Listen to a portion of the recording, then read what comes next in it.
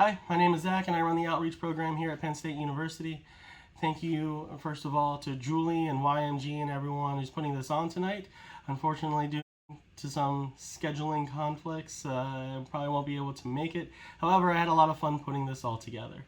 The myth busting that I will be doing for you is based on a 1990s musical off-Broadway called Zombie Prom.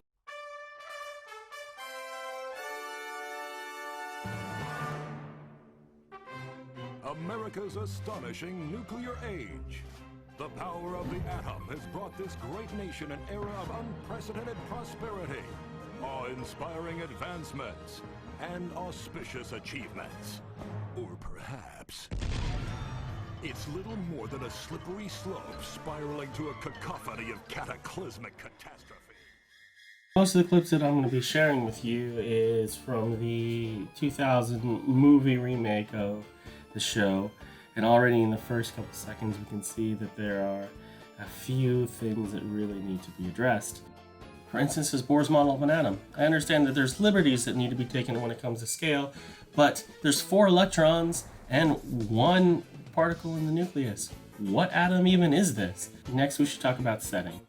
Enrico Fermi High was a beacon of wholesome American values, peacefully nestled in the shadow of the Francis Gary Powers nuclear plant. Enrico Fermi High School is a real high school, but it wasn't built until 1971. And it's located here, and although it's right next to the Connecticut River, you don't see any nuclear power plants nearby. Bit of a spoiler alert, the main character Johnny dies, and the reason why we know what year it is because on his tombstone it's written 1940 to 1958. And of course the only power plant that was operational at that time was the first nuclear power plant at Shippingport in Pennsylvania. This reactor didn't have any cooling towers, which brings us to the main premise of the show and also the main myth that needs busted.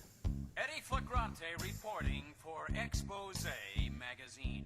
Shocking news this week, America. Small-town rebellious teen Johnny Warner committed suicide early the morning of the 14th by hurling himself headlong into the main waste treatment silo of the Francis Gary Powers nuclear plant.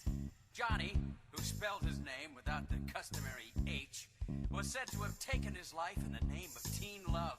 A tragic case of a hormonal imbalance resulting in a Class 3 nuclear disaster. So you heard that Johnny, who is the main protagonist, along with Toffee, gets dumped earlier on in the show and takes himself over to the nuclear reactor nearby and throws himself into the cooling tower. It's interesting that they call it a cooling tower here, which is exactly what it's supposed to be, but in the Expose magazine they call it the main waste treatment silo. So this is the part that really needs busted. They show the cooling tower next to the high school, close to the power plant, and Johnny jumps in, but here's the thing. No cooling tower is actually that small. The lid's been blown, you're sunk in lava. Wake up! Okay, so how big is this particular cooling plant? Well, we can find out just how tall Johnny is when he's standing on the side of it. We think he might be at most 5'10". And by laying him down across the diameter of the cooling tower, we can make an estimate of just how big the diameter is. There's about 16.5 Johnnies that go across the diameter of the cooling tower, and that equates to about 30 meters. In reality, a cooling tower's diameter is well over 100 meters, so these cooling towers aren't even close to being in the right scale.